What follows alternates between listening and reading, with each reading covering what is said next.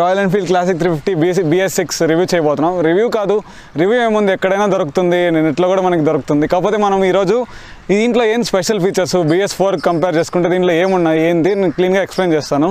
చూసినట్లయితే వీడియో మా తమ్ముడు ఏమరా బైక్ నచ్చిందా? బైక్ వీడికి నచ్చేసిందంట. సో ఎనీవే స్టార్ట్ చేద్దామా. సో క్లాసిక్ 350 BS4కి BS6కి కంపేర్ చేసుకుంటున్నట్లయితే పెద్ద డిఫరెన్సెస్ ఏం లేవు. దీంట్లో ఏంటంటే ఫస్ట్ పెయింట్ జాబు, తర్వాత వీల్స్, తర్వాత చిన్న చిన్న డిఫరెన్సెస్ ఉన్నాయి. అన్నీ నేను క్లీన్గా ఎక్స్ప్లెయిన్ చేస్తాను. ఫస్ట్ మనం ఫ్రంట్లోంచి స్టార్ట్ చేద్దాం. సో BS4 నా బైక్లో చూసినట్లయితే రిఫ్లెక్టర్స్ లేవు. కాకపోతే నా బైక్ కొన్నాక ఒక 6 months తర్వాత వచ్చిన BS4s కూడా ఈ రిఫ్లెక్టర్స్ ఉన్నాయి. తర్వాత బ్రేక్స్ చూసినట్లయితే డ్యూయల్ పిస్టన్ క్యాలిపర్ ABS BS4లో కూడా ఉండింది, దాంట్లో ఏం డిఫరెన్స్ లేదు. తర్వాత దీని థిక్నెస్ చూసినట్లయితే 4.2 mm. తర్వాత ఇంక మిగతా అన్నీ సేమ్, దీంట్లో ఇంకేం డిఫరెన్స్ లేదు. ABS రింగ్ చూసినట్లయితే ఇక్కడ ఉంది. తర్వాత వీల్సే డిఫరెంట్. ఇది ఏంటంటే 17-inch అలాయ్ వీల్స్. సో దీనివల్ల మనకి డిఫరెన్సెస్ ఏంటంటే లుక్ మెయిన్. తర్వాత అడ్వాంటేజెస్ డిసడ్వాంటేజెస్ చూసినట్లయితే దీంట్లో పంచర్ అవ్వదు, ట్యూబ్లెస్ టైర్స్ అనమాట ఇవి. అదే నా బైక్లో చూసినట్లయితే ట్యూబ్ టైర్స్. సో పంచర్ అయిపోతే అక్కడే ఆగిపోతుంది. కాకపోతే ఇది ఒక 10-15 kilometers ఈజీగా తోలొచ్చు. ఇంకోటి ఏంటంటే ఇది ప్రిఫరబులా కాదా? ఖచ్చితంగా ప్రిఫరబుల్, ఎందుకంటే మనకి లైఫ్ అనేది లాంగ్ వస్తుంది. తర్వాత ఇంకో ప్రాబ్లం ఏంటంటే వైబ్రేషన్స్. ఈ టైర్ ఏంటంటే మనకి అంటే ఈ వీల్ మనకి వైబ్రేషన్స్ కరెక్ట్గా అబ్జర్వ్ చేసుకోదు. అదే మనం BS4లో చూసినట్లయితే spoke wheels always observe vibrations properly. ఇంకోటి ఏంటంటే మనం ఈ ఆఫ్ రోడింగ్ బైక్స్ లైక్ ఈ షాన్ జెడ్ అలాంటి బైక్స్ ఉంటాయి కదా, అంటే మోటో క్రాస్ బైక్స్ ఉంటాయి కదా, అన్నిటికీ ఎప్పుడు స్పోక్ టైర్స్ ఉంటాయి. ఎందుకంటే ఈ గుంటల్లో మింటల్లో పోయినప్పుడు వైబ్రేషన్స్ బాగా అబ్జర్వ్ అవుతాయి అనమాట. సో అందువల్లే దానికంతా అలా వీల్స్ ఇవ్వరు. తర్వాత ఇంకోటి చూసినట్లయితే ఈ పెయింట్ జాబ్ ఎంత బ్యూటిఫుల్గా ఉంది. అసలు ఈ ఫినిష్ అసలు టచ్చే ఒక డిఫరెంట్గా ఉంది. మ్యాట్ బ్లాక్ కదా, చాలా స్మూత్గా ఉంది. అదే మన క్లాసిక్ నా బైక్ అయితే ఒకలాగా అది కొంచెం ఫ్రిక్షన్ లాగా ఉంటుంది అనమాట. ఇది చాలా స్మూత్గా ఉంది, మంచి ఫినిష్ ఇచ్చినారు ఈ బండికి అయితే. తర్వాత నా ఫ్రెండ్స్ దీని మీద కొన్ని మోడిఫికేషన్స్ చేస్తున్నాడు. అది ఏమేమి చేస్తున్నాడు ఏందని నేను చెప్తాను. అది అవసరమా లేదని కూడా మీకు చెప్తాను. తర్వాత దీంట్లో నేను చెప్పినట్లు వైర్లింగ్ అన్నీ బయటే ఉంటుంది. అది కొంచెం లోపలికి పర్ఫెక్ట్గా సీల్ చేస్తే బాగుంటుంది. ఎందుకంటే ఇప్పుడు మనం సైడ్లోకి అయిపోతే ఎవడైనా ఈ బైక్ కొట్టేయచ్చు, చాలా ఈజీ. ఎందుకంటే ఈ కీ సాకెట్ కింద వైర్ని మనం షార్ట్ చేసినట్లయితే ఈ బైక్ స్టార్ట్ అయిపోతుంది అనమాట. సో అదొక డిసడ్వాంటేజ్. ఇంకోటి ఏంటంటే దీని హెడ్లైట్ ఇంత కాస్ట్ ఉన్నా కూడా ఇది ఆల్మోస్ట్ 2.25 lakh ఆన్ రోడ్ బెంగళూరులో. ఇక్కడ ఇంకొంచెం తగ్గుతుంది, 2.15 అలా ఉంటుంది. ఇది చెన్నై అనమాట ఇప్పుడు. తర్వాత దీనిలో హెడ్లైట్ చూసినట్లయితే ఇంకా బల్బే ఇచ్చినారు. ఇంత డబ్బులు తీసుకొని BS6 స్టాండర్డ్స్ వచ్చినా కూడా మనకి LED బల్బ్ అనేది రాదు. తర్వాత చూసినట్లయితే ఈ పార్కింగ్ లైట్స్ అన్ని బల్బే, ఎక్కడ మనకి LED అనేది ఉండదు. ఇంకోటి ఏంటంటే ఇంత డబ్బులు పెట్టినా కూడా మనకి ఫ్యూయల్ ఇండికేటర్ అనేది రాదు. ఎప్పుడు ఎంత ఫ్యూయల్ ఉంది ఏందని అసలు తెలియదు. లో ఫ్యూయల్ ఇండికేటర్ ఇచ్చినారు, దానికి నేను హ్యాపీ. అసలు అది లేకపోతే ఇంకా అయిపోయింటాం. సో నెక్స్ట్ మనం ఇప్పుడు స్పీడోమీటర్ కన్సోల్ ఏమి ఇచ్చినారు ఏంది చూద్దాం. మీ అందరికీ తెలిసింది, అయినా కూడా ఒకసారి చూపిస్తాను. సో ఈ బండి చాలా కొత్తది, ఇప్పుడే ఫస్ట్ సర్వీస్ అయింది. సో 819 kilometers మాత్రమే తిరిగింది. స్పీడోమీటర్లో ఏం లేదు మనకి, నార్మల్. నువ్వు ఎందుకు గమ్ముండ్రా.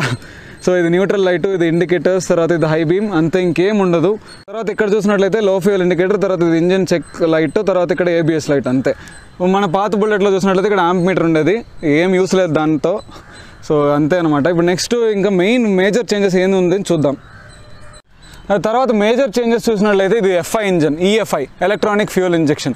ముందు చూసినట్లయితే కార్బొరేటర్, నేనైతే కార్బొరేటర్ ప్రిఫర్ చేస్తాను, ఎందుకంటే ఓల్డ్ ఇస్ గోల్డ్ అన్నట్టు.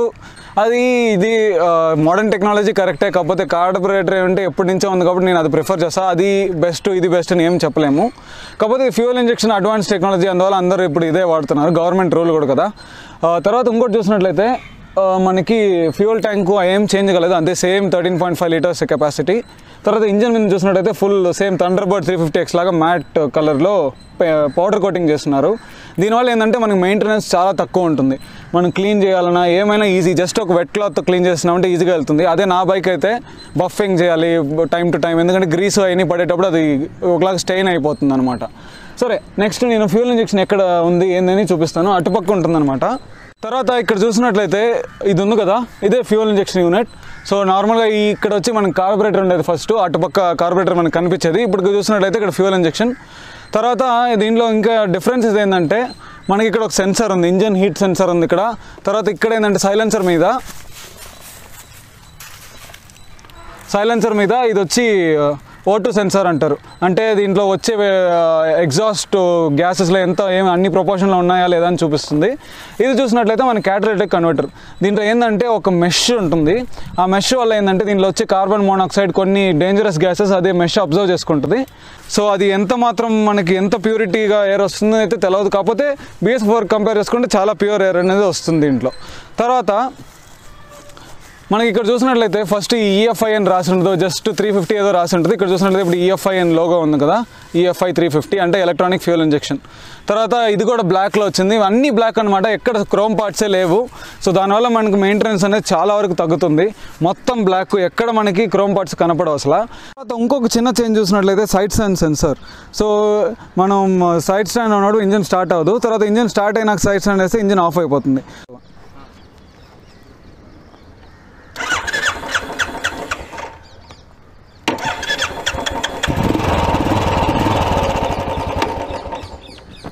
చూసారా, అలా ఆఫ్ అయిపోతుంది అనమాట.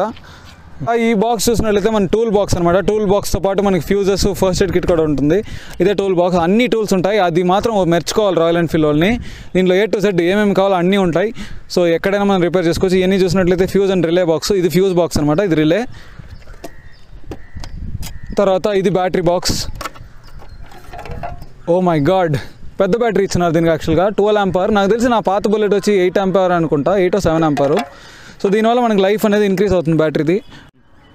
తర్వాత ఇటుపక్క చూసినట్లయితే ఇది ఎయిర్ ఫిల్టర్ బాక్స్. మామూలుగా ముందు చూసినట్లయితే ఓపెన్గా ఉండేది, ఇప్పుడు దానికి కూడా కవర్ ఇచ్చినారు. సో డస్ట్ అంతా ఇప్పుడు అంత ఈజీగా లోపలికి వెళ్ళదు. ఇది ఒక సూపర్ అడ్వాంటేజ్. ఎయిర్ ఫిల్టర్ ఊరికే మార్చలేదు. తర్వాత ఈ బైక్లో చూసినట్లయితే వైబ్రేషన్స్ ఉంటాయి. సో మనం ఏం మార్చలేం. హ్యాండిల్ బార్ మార్చుకుంటే కొంతవరకు హ్యాండిల్ బార్ మీద ఉండే వైబ్రేషన్స్ తగ్గుతాయి. కాకపోతే ఇక్కడ ఈ తొడల దగ్గర, తర్వాత కింద వుడ్ బ్రేక్స్ మీద అంతా వైబ్రేషన్స్ ఉంటాయి. తర్వాత గేర్ చూసినట్లయితే అంత స్మూత్గా ఏం లేదు, సేమ్ అలానే ఉంది, ఎలా ఉండిందో అలానే టక్కని సౌండ్ వస్తుంది మార్చేటప్పుడు. అదంతే, ఎందుకంటే ఇది పెద్ద గేర్ బాక్స్, హెవీ బండి కదా, అలానే ఉంటుంది. ఓకే, ఇప్పుడు ఎగ్జాస్ట్ నేను ఒకసారి మీకు సౌండ్ ఎలా ఉంది, ఏమైనా డిఫరెన్స్ ఉందా ఏమైనా అని వినిపిస్తాను. అంటే ట్యాపిడ్ సౌండ్ కూడా ఉంటుంది కదా మామూలుగా ఇంజన్స్లో, చూద్దాం. అంటే రాయల్ ఎన్ఫీల్డ్ ఇంజన్స్లో ట్యాపిడ్ సౌండ్ చాలా కామన్ అనమాట. సో చూసారా, ట్యాపిడ్ సౌండ్ ఉంటుంది. వినపడుతుందా? ఎంత ఉందో చూస్తారా ట్యాపెట్ సౌండ్ అసలు. సో అది ఏం చేయలేము అసలు. అది ఎప్పుడు ఇంప్రూవ్ చేస్తారేమో నాకు ఇప్పటిదాకా అర్థం కాలేదు. BS6 వచ్చేసింది, ఇంకా BS8 వచ్చినాక కూడా ఇది మార్చరేమో వీళ్ళు. ఆ ట్యాపెట్ సౌండ్ అసలు ఏంట్రా బాబోయ్. నాకైతే కొన్నిసార్లు స్టాక్ సైలెన్సర్ ఉండేటప్పుడు నాకు తలకాయ తిరిగేది, ఎందుకంటే 100 kilometers లాంగ్ రైడ్ పోయినాక ట్యాపెట్ సౌండ్ భయంకరంగా వచ్చేది. కాకపోతే ఇప్పుడు నేను సర్వీస్ చేయించి ఇంకా తర్వాత దాన్ని కొంచెం ట్యూన్ చేయించినాక కరెక్ట్గా ఉంది. కాకపోతే దీంట్లో చాలా ఎక్కువ ఉంది. అది మాత్రం రాయల్ ఎన్ఫీల్డ్ వాళ్ళు కరెక్ట్ చేస్తే ఇంకా బండికి తిరిగేలేదు. తర్వాత నెక్స్ట్ ఎగ్జాస్ట్ సౌండ్ విందాం ఇప్పుడు.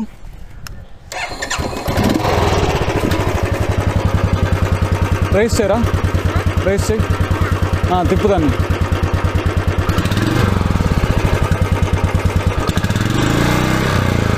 ఓకే, నాకు ఏమనిపిస్తుంది అంటే దీంట్లో కొంచెం బీట్ కొంచెం ఇంకా ఎక్కువగా ఉందనిపిస్తుంది. BS4 స్టాక్ సైలెన్సర్లో ఇలాంటి బీట్ రాదు. కొంచెం ఏదో డిఫరెన్స్ ఉంటుంది ఖచ్చితంగా, ఎందుకంటే ఇది EFI. సో EFI అంటే ఏం లేదు, ఫ్యూల్ ఇంజెక్ట్ అవుతుంది డైరెక్ట్గా. కార్బొరేటర్లో ఏమంటే కార్బొరేటర్లో మిక్స్ అయ్యి అక్కడ వచ్చేది, ఇప్పుడు ఇక్కడ డైరెక్ట్గా ఇంజెక్షన్ అవుతుంది అనమాట. ఇంకోటి ఏంటంటే అన్ని EFI బైక్స్ లాగా దీన్ని ఆన్ చేస్తే సౌండ్ వస్తుంది. EFI లోడ్ అవ్వడం, ఫ్యూల్ పంప్ అంతా లోడ్ అవుతుంది కదా, సౌండ్ వస్తుంది. కాకపోతే అసలు వినపడట్లేదు. అదే RR310 అపాచీ ఉంది కదా, దాంట్లో ఆన్ చేస్తే ఎంత సౌండ్ వస్తుంది అసలు. సో దీంట్లో అయితే అసలు లోడింగ్ సౌండ్ అనేది లేదు. తర్వాత ఇప్పుడు మనం బ్రేకింగ్ టెస్ట్ 0 to 80 ఎంత టైంలో పోతుందో అన్నీ చేద్దాం ఖచ్చితంగా. ఓకే, నెక్స్ట్ ఇప్పుడు మోడిఫికేషన్స్ గురించి మాట్లాడదాం. సో నా ఫ్రెండ్స్ ఏమేమి మోడిఫికేషన్ చేయించినాడు, అది అవసరమా లేదా అని మీకు ఖచ్చితంగా చెప్పబోతున్నాను ఇప్పుడు. సో ఫస్ట్ మోడిఫికేషన్ చూసినట్లయితే ఈ గ్రిల్స్.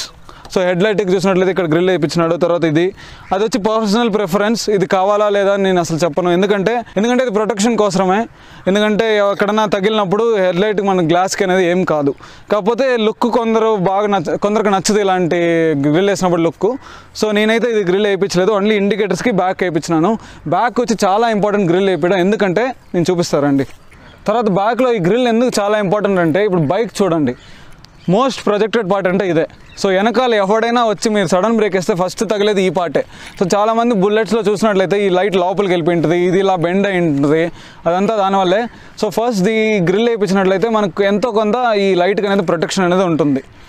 తర్వాత ఈ రాడ్ మీద చూసినట్లయితే ఈ స్పాంజ్ చేయించినాడు కదా, అంటే ఇది ఏమంటారో తెలియదు, ఈ స్టిచ్చింగ్ చేయించినాడు కదా. దీనివల్ల ఏంటంటే మనం కూర్చున్నప్పుడు కొంచెం కంఫర్ట్గా ఉంటుంది. తర్వాత చూసినట్లయితే సిలుం పట్టదు ఎక్కువగా. మామూలుగా ఏంటంటే ఇది వచ్చి మామూలుగా రస్ట్ అవుతుంది, అది కూడా ఇక్కడంతా రస్ట్ అవ్వదు. యూజువల్గా ఈ బోల్ట్స్ దగ్గర నాకైతే రస్టింగ్ ఉంది. సో అది మనం ఏం చేయలేము, దీన్ని ఒక స్టెయిన్లెస్ స్టీల్ రాడ్తో మార్పించేసుకుంటే బెటర్ అనమాట. తర్వాత నేను ఇందాక మర్చిపోయాను దీని కంఫర్ట్ గురించి. వెనకాల సీట్ అయితే అసలు వేస్ట్ అంటే వేస్ట్. దేనికి పెట్టారని నాకు అర్థం కావట్లేదు. ఎందుకంటే ఒక షార్ట్ రైడ్స్కి అయితే పర్వాలేదు, కంఫర్ట్గా ఉంటుంది. ఒక 100 కిలోమీటర్స్ దాటినామంటే భయంకరంగా నొప్పి వస్తుంది పీలేన్కి. అది మాత్రం నేను చెప్తున్నానని కాదు, మీరు ఒకసారి టెస్ట్ చేసి చూడండి. ఒక 60 కిలోమీటర్స్ తర్వాత బ్యాక్ కూర్చున్న వాళ్ళకి ఖచ్చితంగా పెయిన్ వస్తుంది. సో అది ఆ ప్రాబ్లం ఎలా సాల్వ్ చేయాలంటే దీనికి ఒక బ్యాక్ రేస్ చేయించేస్తే ఆ ప్రాబ్లం సాల్వ్ అయిపోతుంది. కాకపోతే ఫ్రంట్ సీట్ గురించి అసలు మాట్లాడక్కర్లేదు, నెక్స్ట్ లెవెల్ సీట్. అసలు ఏం కంఫర్ట్, ఏం క్వశ్చన్ ఉంటుంది అసలు. తర్వాత ఇది చూసినట్లయితే అప్సైడ్ డౌన్ సస్పెన్షన్ లాగా ఉంది కదా, అంటే డ్యూకులు అంతా చూసినట్లయితే ఈ బ్లాక్ వచ్చి ఇలా ఉంటుంది, ఇక్కడ సిల్వర్ కింద ఉంటుంది. కాకపోతే ఇది అప్సైడ్ డౌన్ కాదు, ఇది నార్మల్ సస్పెన్షనే. ఇది చూసినట్లయితే ఇది కవర్. సో ఇక్కడ బోల్ట్ ఓపెన్ చేస్తే ఈ కవర్ అనేది వచ్చేస్తుంది. దీని లోపల చూసినట్లయితే సేమ్ సిల్వర్ కలర్ పైప్ థండర్బర్డ్కి ఎలా ఉందో అలానే ఉంటుంది లోపల అనమాట. వెనకాల చూసినట్లయితే సేమ్ డబుల్ సస్పెన్షన్. తర్వాత ఇది చాలా హార్డ్గానే ఉంటుంది, సాఫ్ట్ అంతా ఎక్స్పెక్ట్ చేయలేం. ఎందుకంటే ఈ బైక్స్ వచ్చి కొంచెం హార్డ్ సర్ఫేసెస్ కోసం బిల్డ్ చేసిన బైక్స్. హైవేస్కి కూడా పనికి వస్తాయి, కాకపోతే కొంచెం గుంటల్లో మెట్రలో పోయేదానికి పని బాగుంటుంది కాబట్టి ఇది హార్డ్గానే ఉంటుంది. వెనకాల కూడా బ్రేక్ చూసినట్లయితే disc brake with ABS, single piston caliper, ByBre caliper వెనకాల. నా ఫ్రంట్ చూసినట్లయితే నార్మల్ స్టాక్ రాయల్ ఎన్ఫీల్డ్ వాళ్ళ క్యాలిపరే. అందువల్ల ఫ్రంట్ బ్రేకింగ్ చూసినట్లయితే అంత బాగుండదు ఈ బైక్లో. అంటే కంపేర్ చేసుకుంటే బ్యాక్ బ్రేక్ బాగుంటుంది, అంటే బ్రేకింగ్ బయట అంతా. ఫ్రంట్లో ఏంటంటే కొంచెం సాఫ్ట్ అయిపోతుంది, తర్వాత కొంచెం సౌండ్ కూడా వస్తుంది. అది ఎవ్రీ రాయల్ ఎన్ఫీల్డ్ బైక్లో ఖచ్చితంగా ఆ సౌండ్ వస్తుంది, కొన్ని రోజుల తర్వాత అది పోతుంది, అదేం ప్రాబ్లం ఏం కాదు. తర్వాత ఈ బైక్ కొన్నప్పుడు చూసినట్లయితే మనకి ఏం ఇయర్, ఒక హెల్మెట్ తప్ప. తర్వాత ఈ లెగ్ గార్డ్ అంతా మనకి రాయల్ ఎన్ఫీల్డ్ కంపెనీ వాళ్ళు ఇయ్యరు కదా, ఇది షోరూంలో కూడా దొరుకుతుంది. లెగ్ గార్డు షోరూంలో చూసుకున్నట్లయితే 4K, మనకి మ్యాట్ బ్లాక్ కలర్లో దొరుకుతుంది, క్రోమ్లో కూడా దొరుకుతుంది. కాకపోతే షోరూంలో ఊరికే బ్రాండ్ వాల్యూ పెట్టేసి అంత రేట్ చెప్తున్నారు. మామూలుగా దాని ప్రైస్ అయితే 1000 to 2000 లోపలే ఉంటుంది. బయటికి పోయి స్టెయిన్లెస్ స్టీల్ చెక్ చేసుకొని తీసుకోండి, మనకి ఏం డిఫరెన్స్ రాదు క్వాలిటీలో. స్టెయిన్లెస్ స్టీల్ ఎలా చెక్ చేయాలంటే ఒక మ్యాగ్నెట్ తీసుకున్నట్లయితే అతుక్కోవద్దు స్టెయిన్లెస్ స్టీల్కి. సో అలా మీరు చెక్ చేసి తీసుకోవచ్చు. తర్వాత మీరు ఒకసారి పట్టుకొని అంత క్లీన్గా చూడండి ఎంత స్ట్రాంగ్గా ఉందా వీక్గా ఉందా అని మీకే తెలిసిపోతుంది. ఒక 700 రూపీస్ 600 రూపీస్కి కూడా మనకి లెగ్ గార్డ్స్ దొరుకుతాయి, కాకపోతే అది అంత హార్డ్గా ఉండవు. సో అలా అదొకటి. తర్వాత ఈ హ్యాండిల్ బార్ వల్ల పెద్ద డిఫరెన్స్ ఏం లేదు, లుక్ అంతే. లుక్ తర్వాత కంఫర్ట్ ఇలా వైడ్గా ఉంది కదా, ఇది హార్లీ డేవిడ్సన్ హ్యాండిల్ బార్ అంటారు. దీని క్రాస్ చూసినట్లయితే 500 to 800 లోపలే ఉంటుంది ఇది. తర్వాత దీనివల్ల మనకి ఏం డిఫరెన్స్ ఉండదు, కొంచెం కష్టమే ఉంటుంది ట్రాఫిక్లో అంతా తోలడానికి. కాకపోతే హైవేకి సూపర్ ఉంటుంది, ఒక కంఫర్టబుల్గా ఇలా కూర్చొని తోలొచ్చు. అయినా కూడా ఇది అంత కంఫర్టబుల్ కాదు, ఎందుకంటే ఈ సీట్ చూసినట్లయితే హైట్ ఉంది, తర్వాత మనం ఇలా కూర్చొని తోలాల్సి వస్తుంది. ఈ హ్యాండిల్ బార్ అయినా ఏ హ్యాండిల్ బార్ అయినా. సో ఈ సీట్ కూడా మనం బకెట్ సీట్ వేయించుకుంటే ఈ హ్యాండిల్ బార్కి సూపర్ ఉంటుంది. బకెట్ సీటు ఈ హ్యాండిల్ బార్ డెడ్లీ కాంబినేషన్ అసలు. ఓకే, సో తర్వాత ఈ ట్యాంక్ మీద స్టిక్కర్ వేయించుకోండి, ఎందుకంటే మీరు హెల్మెట్ పెట్టినప్పుడు ఏం పెట్టినా, ఒక చిన్న బ్యాగ్ పెట్టినా ఇక్కడ ఒక ప్యాచ్ లాగా వచ్చేస్తుంది స్క్రాచెస్. సో అందువల్ల ఇది చాలా ఇంపార్టెంట్. సో మైలేజ్ చూసినట్లయితే సేమ్ మైలేజ్, ఏం డిఫరెన్స్ రాదు. వాళ్ళు ఎక్కువ 2-3 కిలోమీటర్స్ పెరుగుద్దని షోరూంలో చెప్తారు, నాకైతే ఏం డిఫరెన్స్ కనపడలేదు. నేను మైలేజ్ టెస్ట్ కూడా చేశాను, నాకు 37 అలా వచ్చింది. నా బైక్ మైలేజ్ టెస్ట్ చేసినప్పుడే 42 వచ్చింది. సో ఇది కూడా అంతే ఇస్తుంది, ఏం డిఫరెన్స్ ఏమి ఉండదు, ఎందుకంటే ఇంజిన్ అంతా same, just FI. So 1 or 2 kilometres ఎక్కువ ఉండొచ్చేమో కానీ పెద్ద అయితే డిఫరెన్స్ మనకు రాదు. తర్వాత దీనికి కూడా కొంచెం ఏమడిగినారంటే సైలెన్సర్ మార్పియకూడదా అని. మార్పియచ్చు, ఏ బండికైనా మార్పియచ్చు, అదేం తప్పలేదు. కాకపోతే మనం దాని సైలెన్సర్ మార్పించినాక కొందరు ఏమంటే ఈ పటాకా అని చేస్తారు కదా, అంటే నిప్పు వస్తుంది సైలెన్సర్ నుంచి, అవన్నీ చేస్తే ఇంజిన్కి డ్యామేజ్ అవుతుంది అనమాట. సో సైలెన్సర్ మార్పియాలంటే సేఫ్ కిలోమీటర్స్ అంటే 1000 to 2000 కిలోమీటర్స్ లోపల మార్పియచ్చుకోవచ్చు. సైలెన్సర్ మార్చినాక కూడా ఒక 500 కిలోమీటర్స్ మీరు స్లోగా తోలితే చాలా మంచిది, 60 లోపల అయితే మెయింటైన్ చేస్తే చాలా మంచిది అనమాట. ఇంకంతే గైస్, ఇప్పుడు స్పీడ్ టెస్ట్ చేద్దాం. 0 to 80 ఎంత సెకండ్లో పోతుంది, ఏమైనా డిఫరెన్స్ ఉందా, ఏమైనా కంపేర్ చేద్దాం. బ్రేకింగ్ టెస్ట్ కూడా చేద్దాం, ఎలా ఉంది, ఏమైనా స్కిడ్ అవుతుందా, ABS బాగా పనిచేస్తుందా అన్నీ చేద్దాం. Let's get started.